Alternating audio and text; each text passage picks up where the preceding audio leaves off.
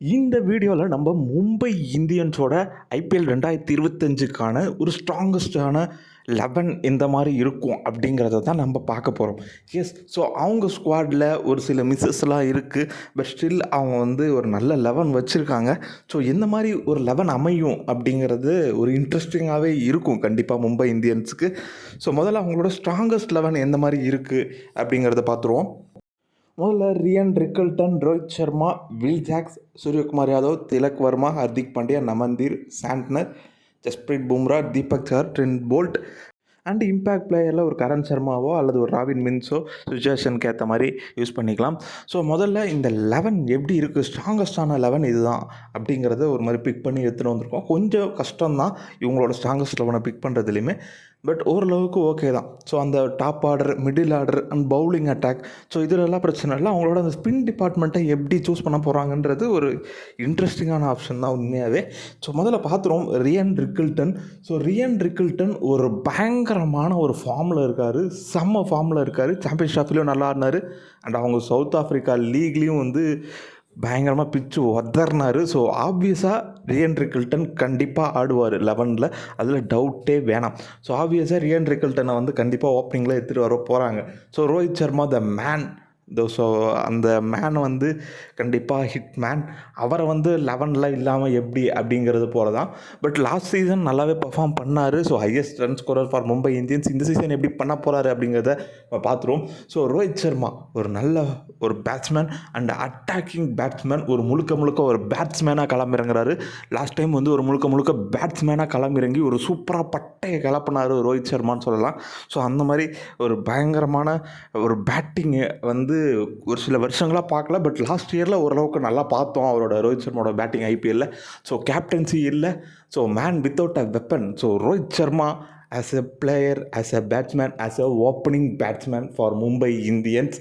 So அவருக்கு எந்த ப்ரெஷரும் வேணாம். ஆப்வியஸாக பேட்டிங் தான். பேட்டிங்கில் இந்த டைமும் ஒரு காட்ட போகிறாருன்னு எனக்கு என்னமோ தோணுது. ஸோ அவரோட அட்டாக்கிங் கேம் பயங்கரமாக ஆடுவார். அண்ட் வான்கடையிலலாம் சொல்லவே வேணாம். அவர்லாம் அந்த புல்லை ஆடினார்னா ஆப்வியஸாக தூக்கிட்டு போய் அங்கே 2வது ஸ்டாண்டில் தான் விழும். ஸோ அந்த மாதிரி ஒரு பேட்ஸ்மேன் தான் ரோஹித் சர்மா. ஸோ இந்த டைமும் ரோஹித் சர்மா கிட்ட இருந்து ஒரு பெரிய சரவெட்டி எதிர்பார்க்கலாம் அப்படிங்கிறது ஒரு எதிர்பார்ப்பாக இருக்குது. ஏன்னா அவர் பேட்ஸ்மேனாக மட்டும்தான் ஆட போகிறாரு. ஸோ பார்ப்போம். அண்ட் அடுத்தபடியாக Will Jacks. Yes, so Will Jacks ஆடுவார் அப்படிங்கிறது என்னோட ஒரு பெரிய எதிர்பார்ப்பாக இருக்குது. ஏன்னா உங்களுக்கு ஒரு பவுலிங் ஆப்ஷன் கிடைக்குது, ஒரு அட்டாக்கிங் பேட்ஸ்மேனும் கிடைக்கிறாங்க. ஸோ அதனால் வில் ஜாக்ஸ் ஒரு நல்ல ஆப்ஷன். என்ன அப்படின்னா அவரை 1 டவுனில் யூஸ் பண்ணுவாங்களா, இல்லை அவர் சூரியகுமார் யாதவ், திலக் வர்மாவுக்கு அப்புறமா யூஸ் பண்ணுவாங்களா அப்படிங்கிறது ஒரு கன்ஃபியூஷன் தான் கண்டிப்பாக. ஸோ அதை எப்படி அவரை ஹேண்டில் பண்ண போகிறாங்க, இல்லை அவரே தூக்கி வெளியே போட போகிறாங்களான்றது நமக்கு தெரியல. ஸோ எனக்கு தெரிஞ்ச வில் ஜாக்ஸ் ஆடுவாங்க. என்ன அப்படின்னா அவர்கிட்ட பேட்டிங், ஒரு அட்டாக்கிங் பேட்ஸ்மேன், ஒரு சூப்பரான பேட்ஸ்மேன், ஒரு நல்லா அட்டாக் பண்ணி ஆடக்கூடிய பேட்ஸ்மேன். அண்ட் அதை தாண்டி பவுலிங் ஆப்ஷன், உங்களுக்கு பவுலிங் பவர் பிளேலே கொண்டு வருவாங்க. ஸோ இவரை நீங்கள் ஆடினீங்கன்னா முஜிப் கண்டிப்பாக ஆட தேவையில்லை. ஏன்னா முஜிப்பும் உங்களுக்கு ஒரு ஓப்பனிங்கில் பவர் பிளேயில் ஒரு பவுலிங் போடக்கூடிய ஆப்ஷனு. ஸோ பார்ப்போம் வில் ஜாக்ஸை எப்படி யூஸ் பண்ண போகிறாங்க. 1 டவுனில் யூஸ் பண்ணுறாங்களா, இல்லை சூரியகுமார் யாதவ், திலக் வர்மாவுக்கு அப்புறம் யூஸ் பண்ணுறாங்களான்றத. ஸோ அதுக்கப்புறம் சூரியகுமார் யாதவ். ஸோ சூரியகுமார் யாதவ் ஒரு குரூஷியல் பிளேயர் கண்டிப்பாக மும்பை இந்தியன்ஸுக்கு, அதில் டவுட்டே வேணாம். கண்டிப்பாக அவருக்கு லாஸ்ட் சீசன் ஒரு சொதப்பலான சீசன் கூட சொல்லலாம். ஒரு 2-3 நல்ல இன்னிங்ஸ் தவிர பெருசாக அவர்கிட்ட பார்க்கல நம்ம. என்னென்னா அவரோட பீக் சூரியகுமார் யாதவ் எப்படி இருப்பார்னு நமக்கு தெரியும். ஸோ அந்த சூரியகுமார் யாதவ் இல்லை. அண்ட் ரீசெண்ட் டேஸ்லேயும் அவர் பெரிய ஸ்டேஜில் அந்தளவுக்கு கிரிக்கெட் அதிகமாக ஆடலை. ஸோ பார்ப்போம். இருந்தாலும் T20யில் பிஸ்தா பிளேயர் அவர். ஸோ ஷார்ட்ஸ் எல்லாம் அப்படி ஆடுவார் சூரியகுமார் யாதவ். ஒரு மாதிரி அப்படி ஃபார்மில் வந்துட்டார்னு வச்சுக்கோங்களேன், நம்ம பார்க்குறதுக்கு நம்ம கண்ணுக்கு விருந்துங்கிற மாதிரி தான் அவரோட கேம் இருக்கும். ஸோ ஆனால் அவரோட ஷார்ட் மேக்கிங்லாம் அந்த மாதிரி இருக்கும். சும்மா 360ல் பூந்து விளையாடுவார். ஸோ எல்லா சைடும் அடிப்பார். அவர் அடிக்கிற அந்த புல்லேருந்து ஸ்கொயர் டிரைவ்லேருந்து எல்லாமே சூப்பராக இருக்கும். ஸோ பின்னாடி ஆடுவார், பின்னாடி ஸ்கொயரில் நிறையா ஷாட்ஸ் ஆடுவார். அதை வித்தியாசமாக ஆடுவார். ஸோ பயங்கரமாக இருக்கும் அவரோட கேமு. அண்ட் அந்த இன்சைட் அவுட் ஆடுறதாக இருக்கட்டும், கட்டாக இருக்கட்டும், ஒரு பயங்கரமான ஒரு ஐக்கு ஒரு ட்ரீட்மெண்ட்டுன்னு சொல்லலாம். ஸோ அந்த மாதிரி ஒரு கேமாக தான் இருக்கும். பார்ப்போம், இந்த சீசன் ரொம்பவே குரூஷியல். எப்படி விளையாட போகிறாரு சூரியகுமார் யாதவ். அண்ட் அடுத்து Tilak Varma, the young player and ஒரு ப்ரூவன் பிளேயர். இப்போது வந்து மும்பை இந்தியன்ஸுக்கு மட்டும் இல்லாமல் ஒரு இந்தியன் டீமுக்குமே வந்து ப்ரூவன் பிளேயராக இருக்கிறாரு. ஸோ இவர் வந்து ஒரு எப்படி சொல்கிறது, ஒரு மாதிரி நல்ல ஸ்ட்ரோக் மேக்கிங் வச்சுருக்காரு, நல்ல ஷாட்ஸ் ஆடுறாரு, நல்ல அட்டாக்கிங் கிரிக்கெட்டும் ஆடுறாரு. அண்ட் அதை தாண்டி ஒரு முக்கியமான விஷயம், ஒரு டீம் ஸ்ட்ரகிள் ஆகிற டைமில் வந்து நின்று ஒரு ஆளாக நின்று மேட்சை எடுத்துகிட்டு போகிறாரு லாஸ்ட் வரைக்கும். ஸோ இதை மும்பை இந்தியன்ஸுக்கும் பண்ணியிருக்காரு, அப்வியஸாக இந்தியாவுக்கும் பண்ணி சேப்பாக்கில் ஒரு மேட்ச் அடித்து ஜெயிச்சு கொடுத்தாரு. ஸோ அந்த மாதிரி அவரோட கேம் வந்து நாளுக்கு நாள் வந்து பயங்கரமாக இம்ப்ரூவ் ஆகிட்டு இருக்குது. ஸோ அவரோட ஸ்டாண்டர்ட் ஆஃப் பிளேயிங்கும் வந்து வேறு மாதிரி இருக்குது. ஸோ கண்டிப்பாக திலக் வர்மா மேலே நம்பிக்கை வைக்கலாம்ப்பா அப்படிங்கிற மாதிரி ஒரு பிளேயராக வந்து திலக் வர்மா மாறிக்கிறாரு. ஸோ மிடில் ஆர்டரில் திலக் வர்மா கண்டிப்பாக ஒரு நல்ல இம்பேக்ட் மும்பை இந்தியன்ஸுக்கு கொடுப்பாரு அப்படிங்கிறதுல டவுட்டே வேணாம். ஸோ அதுக்கு அடுத்தபடியாக ஹர்திக் பாண்டியா. ஸோ ஹர்திக் பாண்டியா ஒரு லாஸ்ட் சீசன் வந்து ஒரு கேப்டன். ஸோ கேப்டன்ஷிப்பில் பயங்கர கொஸ்டின்ஸ் இருந்துச்சு, இவர் ஏன் கேப்டனாக போட்டிங்க, இவர் எதுக்கு வந்தார் அப்படிங்கிறதுலாம். பட் இப்போது ஒரு மாதிரி ஓரளவுக்கு அந்த பிரச்சனைகள்லாம் தீர்ந்துருச்சுன்னு நினைக்கிறேன். ஸோ பார்ப்போம் ஹர்திக் பாண்டியா எந்த மாதிரி பண்ண போகிறாரு அப்படிங்கிறதுனால. ஸோ லாஸ்ட் சீசன் இருக்கும்போது அவருக்கு இருந்த பிரச்சனைகள் இந்த சீசன் வரும்போது கிட்டத்தட்ட ஒரு 2 ட்ராஃபி வினர்ஸாக வந்துக்கிறாங்க. ஸோ இதில் இருக்க நிறைய பிளேயர்ஸ் அந்த மாதிரி தான். ஸோ ஒரு ரோஹித் சர்மாவாக இருக்கட்டும், ஒரு ஹர்திக் பாண்டியாவாக இருக்கட்டும், ஒரு ட்ராஃபி வின் பண்ணிட்டு வந்திருக்காங்க. அப்படிங்கும்போது ஒரு பயங்கரமான ஒரு அட்வான்டேஜ், ஒரு கான்ஃபிடென்ஸ் இருக்கும். அண்ட் அந்த லாஸ்ட் டைம் இருந்த கன்ஃபியூஷன்ஸ் எல்லாமே இந்த டைம் இருக்காதுன்னு தோணுது. ஸோ பார்ப்போம் ஹர்திக் பாண்டியா எப்படி டீமை லீட் பண்ண போகிறாரு அப்படிங்கிறது. ஸோ ஆப்வியஸாக ரோஹித் சர்மாவோட சப்போர்ட் அண்ட் சூரியகுமார் யாதவ் ஒரு கேப்டன் இருக்கார், ஜஸ்பிரீத் பும்ரா ஒரு கேப்டன் இருக்கார். அப்படிங்கும்போது நிறைய 3 கேப்டன்ஸ் 4 கேப்டன்ஸ் வந்து இவங்களுக்கு கீழே இருக்காங்க. அப்படிங்கும்போது ஒரு இன்னும் அட்வான்டேஜ், இன்னொரு சாண்ட்னர் வேறு ஒரு கேப்டன் இருக்கார் இவருக்கு கீழே. ஸோ இந்த மாதிரி ஒரு பயங்கரமான ஒரு பேக்கேஜ் இருக்குது மும்பை இந்தியன்ஸில். ஸோ அவங்களோட சப்போர்ட்லாம் ஹர்திக் பாண்டியாவுக்கு கண்டிப்பாக இருக்கும். ஸோ ஹர்திக் பாண்டியா ஒரு கேப்டனாக எப்படி பண்ண போகிறாரு, லாஸ்ட் டைம் வந்து கண்டிப்பாக கேப்டனாகவும் சரி பேட்ஸ்மேனாகவும் சரி ரொம்பவே கொஞ்சம் சொதப்பலான பர்ஃபார்மன்ஸ். பட் இந்த சீசன் அந்த ஹர்திக் பாண்டியா இந்த ஹர்திக் பாண்டியா கிடையாதுன்றது நமக்கு எல்லாத்துக்குமே தெரியும். ஸோ இந்த ஹர்திக் பாண்டியா கண்டிப்பாக வந்து ஒரு நல்ல பர்ஃபார்மன்ஸை கொடுப்பாரு. பேட்டிங்லேயும் சரி, ஆஸ் அ கேப்டனாகவும் சரி, பவுலிங்லேயுமே சரி ஒரு நல்ல பர்ஃபார்மன்ஸ் ஹர்திக் பாண்டியாட்டிருந்து ஆப்வியஸாக எதிர்பார்க்கலாம். ஸோ அவரோட ரோல் இந்த டீமில் என்ன அப்படின்னா ஃபினிஷிங் தான். ஸோ எஸ், ஸோ அவருக்கு வந்து ஃபினிஷிங் ரோல் எப்படி ஒரு பொல்லாடு இருக்கும் போது எப்படி ஆடினாருன்னு தெரியும். ஸோ அந்த மாதிரி ஒரு ஃபினிஷராக வந்து ஹர்திக் பாண்டியா தான் இப்போதைக்கு மும்பை இந்தியன்ஸுக்கு. ஸோ நின்று அவர் மும்பை இந்தியன்ஸுக்கு பக்காவாக அந்த பழைய ஹர்திக் பாண்டியா எப்படி ஃபினிஷ் பண்ணுவாரோ அந்த மாதிரி ஃபினிஷ் பண்ணால் வேறு லெவலாக இருக்கும். அடுத்தபடியாக வந்து நமன்தீர். ஸோ நமன்தீர் வந்து ஒரு நல்ல பேட்ஸ்மேன். எஸ், ஆப்வியஸாக லாஸ்ட் சீசனில் வந்துட்டு ஒரு சில மேட்சஸ்லாம் நல்லா ஆடிருக்காரு, நல்ல இன்னிங்ஸுமே வந்து கொடுத்துருக்காரு, தெரியும் நமக்கு. ஸோ பார்ப்போம், இந்த சீசனும் வந்து கண்டிப்பாக அவர் பிளேயிங் 11ல் ஸ்ட்ராங்கஸ்ட் பிளேயிங் 11ல் நான் போட்டிருக்கேன். பட் அவர் வந்து ஸ்டார்டிங் 11ல் அவரை எடுப்பாங்களா, அப்படி எடுக்கலைனாலுமே கண்டிப்பாக அவர் வந்து ஒரு இம்பேக்ட் பிளேயராக உள்ள இடத்துல வந்து ஆடுறதுக்கான வாய்ப்புகள் ரொம்பவே அதிகம். ஸோ நமன்தீர் எப்படி விளையாடுவாருன்றது ஒரு எக்ஸைட்டிங் தான். ஸோ பார்ப்போம். அடுத்தபடியாக ஒரு மிச்சல் சாண்ட்னர். எஸ், ஸோ சிஎஸ்கேயில் கிட்டத்தட்ட சிஎஸ்கேயில் நிறைய வருஷங்கள் இருந்தார். பட் அவருக்கான வாய்ப்பை அப்பப்போ ஒரு சீசனில் எப்போனா ஒரு மேட்ச் விளையாடுவார், ஒரு சீசன் விளையாடாமல் ஃபுல்லாகவே விளையாடாமல் கூட இருந்திருக்காரு 2 சீசன்ஸ்லாம். ஸோ அந்த மாதிரி ஒரு ஏன்னா அங்கே காம்பினேஷன் செட் ஆகலை. ஸோ அதனால் அவருக்கான பிளேயிங் லெவலில் வாய்ப்பு கிடைக்கல. பட் மும்பை இந்தியன்ஸில் கண்டிப்பாக மிச்சல் சாண்ட்னர் விளையாடுவார். ஸோ அதில் டவுட்டே வேணாம். எஸ், ஸோ ஆப்வியஸாக மும்பை இந்தியன்ஸில் மிச்சல் சாண்ட்னர் பிளேயிங் 11ல் இருக்க போகிறாரு. ஏன்னா அவங்களுக்கு அந்த ஸ்பின் காம்பினேஷன், மிச்சல் சாண்ட்னர் எந்த மாதிரி ஒரு ஸ்பின் பவுலர், நியூசிலாண்டுக்கு கேப்டன், சாம்பியன்ஷிப்பில் எப்படி பண்ணாருன்றதெல்லாம் தெரியும். ஸோ அதனால் மிச்சல் சாண்ட்னர் கண்டிப்பாக பிளேயிங் 11ல் இருப்பார். ஒரு இம்பேக்ட் கிரியேட் பண்ணுவார் டுவர்ட் த எண்ட். ஒரு பேட்டிங்லேயே கொஞ்சம் ஒரு ஸ்டெபிலிட்டி கொடுப்பாரு. ஸோ பெரிய அளவுக்கு பேட்டிங் ஆடலைனாலும் ஓரளவுக்கு கேமை வந்து ஓரளவுக்கு ஸ்ட்ரகிள் ஆனாங்கன்னா எடுத்துகிட்டு போகிறதுக்கான ஒரு சான்சஸ் மிச்சல் சாண்ட்னர்கிட்ட இருக்குது. ஒரு major advantage Mitchell Santner Mumbai இந்தியன்ஸ்க்கு கிடச்சது. ஸோ பார்ப்போம். அடுத்தபடியாக ஜஸ்பிரீத் பும்ரா. ஸோ இவரை பற்றி என்னங்க சொல்கிறது, ஜஸ்பிரீத் பும்ரா வந்தார்னாலே போட்டு தாக்குவார். ஸோ அந்த மாதிரி வேறு லெவல் பவுலிங்கு இந்த சீசன். ஸோ ஃபஸ்ட்டு 4 மேட்ச் வந்து 5 மேட்ச் 4 மேட்ச் வந்து கண்டிப்பாக விளையாட மாட்டார் அப்படிங்கிறது தெரியும். அதுக்கப்புறம் வருவாரா அப்படிங்கிறது ஒரு கேள்விக்குறியாகவே இருக்குது. இதுவரையிலும் யாருமே வந்து கன்ஃபார்மாக 4 மேட்ச்சுக்கு அப்புறம் வந்துடுவாருன்றதை யாரும் சொல்லலை. ஃபஸ்ட் 2 வீக்ஸ் மிஸ் பண்ண போகிறாரு. ஸோ அந்த 2 வீக்ஸ்க்கு அப்புறம் அந்த 2 வீக்ஸ் 3 வீக்ஸ் ஆகுதா இல்லை 4 வீக்ஸ் ஆகுதா அப்படிங்கிறதெல்லாம் நமக்கு தெரியல. ஸோ அதெல்லாம் வெயிட் பண்ணி தான் பார்க்கணும். பட் கண்டிப்பாக பும்ரா வருவாருன்றது ஒரு நம்பிக்கை வைப்போம். ஒரு 2 வீக்ஸில் கண்டிப்பாக ரிட்டர்ன் ஆயிடுவார் பும்ரா அப்படிங்கிறத நம்பிக்கை வைப்போம். பட் என்ன அப்படின்னா பும்ரா ரிட்டர்ன் ஆகிடுவார். பட் கிட்டத்தட்ட ஒரு லாஸ்ட்டு பிசிடிக்கு அப்புறம் அவர் வந்து கிரிக்கெட்டே விளையாடலை. அப்படிங்கும்போது ஒரு பேக் இன்ஜுரியில் இருந்த பிளேயர் அப்படிங்கிறதுனால அவர் வந்து திருப்பி அந்த ரித்தம்க்கு வரத்துக்கு கொஞ்சம் டைம் எடுப்பாரோ அப்படிங்கிற ஒரு கேள்விக்குறியும் இருக்குது. எஸ், ஏன்னா வந்து ஒரு செம்ம பவுலர்.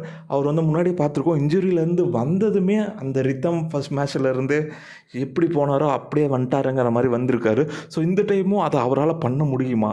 ஒரு பிசிடியிலேருந்து போயிருக்காரு, கிட்டத்தட்ட ஒரு 3 to 4 months கேப்புக்கு அப்புறம் வராரு அப்படின்னு சொல்லலாம். ஸோ பெரிய கேப்பெல்லாம் இல்லை, பட் இருந்தாலும் ஒரு 3 months கேப்பு வராரு. ஸோ எப்படி விளையாடுவார், அந்த ரித்தமை பிடிப்பாரா ஜஸ்பிரீத் பும்ரா அப்படிங்கிறது ஒரு எக்ஸைட்டிங். ஜஸ்பிரீத் பும்ரா கிட்ட ஆப்வியஸாக நம்ம பார்ப்போம் எப்படி விளையாட போகிறாரு. அவர் வந்து ஒரு க்ரூஷியல் ஃபேக்டர் மும்பை இந்தியன்ஸுக்கு. டெத் பவுலிங்கில் மும்பை இந்தியன்ஸுக்கு ஜஸ்பிரீத் பும்ராவை விட்டால் வேறு யார் இருக்கா அப்படிங்கிறது கொஸ்டின் மார்க்காக இருக்குது. ஸோ இவரோட ரோல் ஃபஸ்ட்டு ஒரு 4 மேட்ச் வந்து இவர் இல்லாமல் கூட சமாளிக்கலான்னு யோசிக்கலாம். பட் அதுக்கப்புறம் இவர் இல்லைன்னா சமாளிக்கிறது ரொம்ப ஒரு கஷ்டமான சூழ்நிலையாக மும்பை இந்தியன்ஸ்க்கு அமைஞ்சிருமோன்னு தோணுது.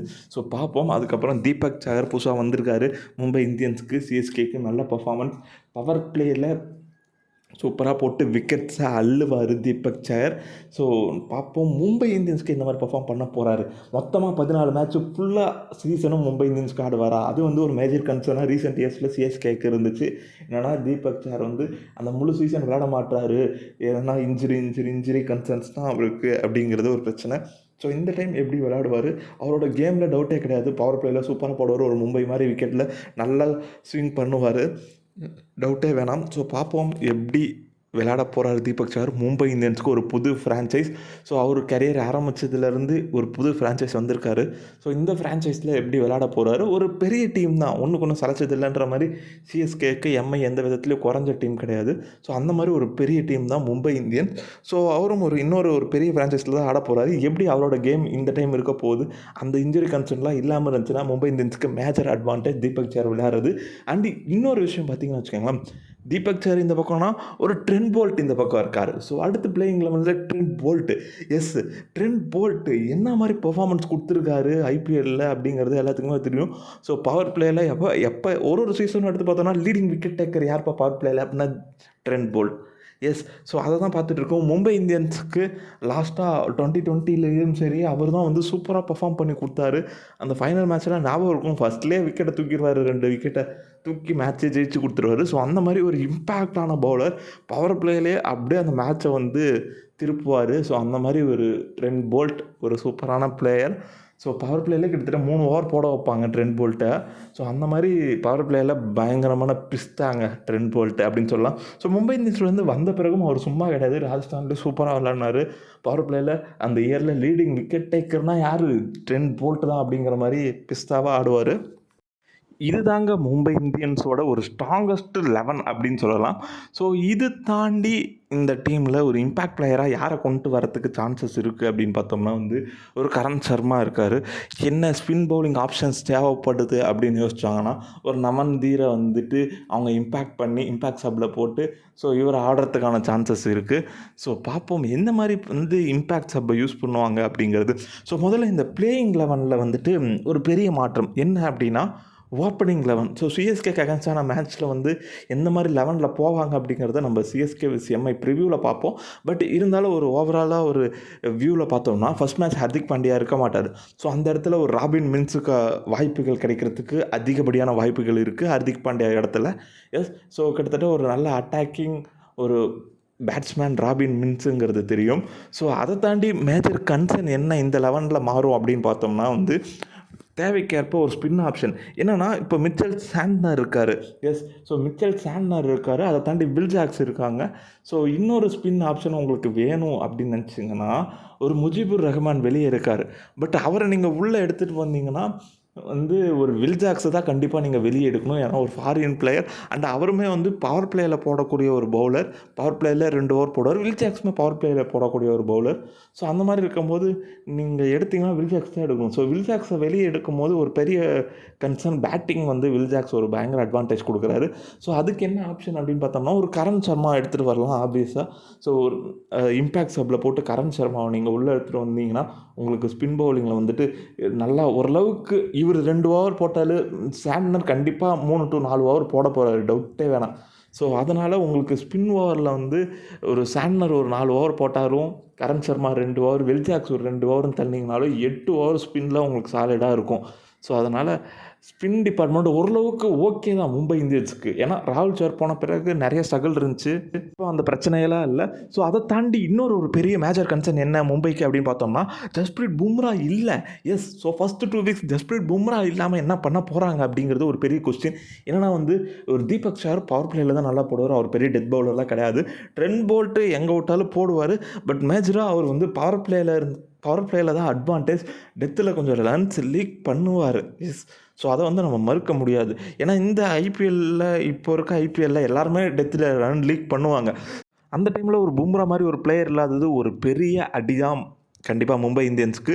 ஸோ அதுக்கு பதிலாக வேறு யாரை வச்சு விளையாட போகிறாங்கன்றதும் ஒரு பெரிய ஒரு விஷயம் தான். என்னென்னா அர்ஜுன் டெண்டுல்கர் எடுத்துகிட்டு வர போகிறாங்களா, இல்லை ஒரு புது ஃபைண்ட் வச்சுருக்காங்க, அஸ்வினி குமார் ஆகட்டும், இல்லை ஒரு சூரிய நாராயணா அப்படின்ற மாதிரி ஒரு பிளேயர்லாம் கூட வச்சுருக்காங்க.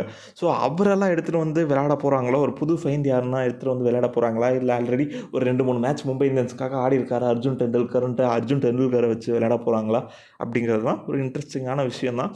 ஸோ பார்ப்போம். ஏன்னா ஓவரால் வந்து அர்ஜுன் டெண்டுல்கர் கூட வந்து ஒரு ஓப்பனிங்கில் அந்த சின்ன சின்ன ஸ்விங்ஸ் கிடைக்குது. அவர் வந்து அந்த இடத்துல தான் எஃபெக்டிவானு தோணுது. ஸோ இப்போ இவங்களுக்கு பவர் பிளேயில் பவுலர்ஸ் இருக்காங்க. பட் டுவோர்ட் த எண்டு டெத்தில் போகிறதுக்கு யார் இருக்கான்றது தான் பெரிய கொஸ்டின் மார்க்காக இருக்குது.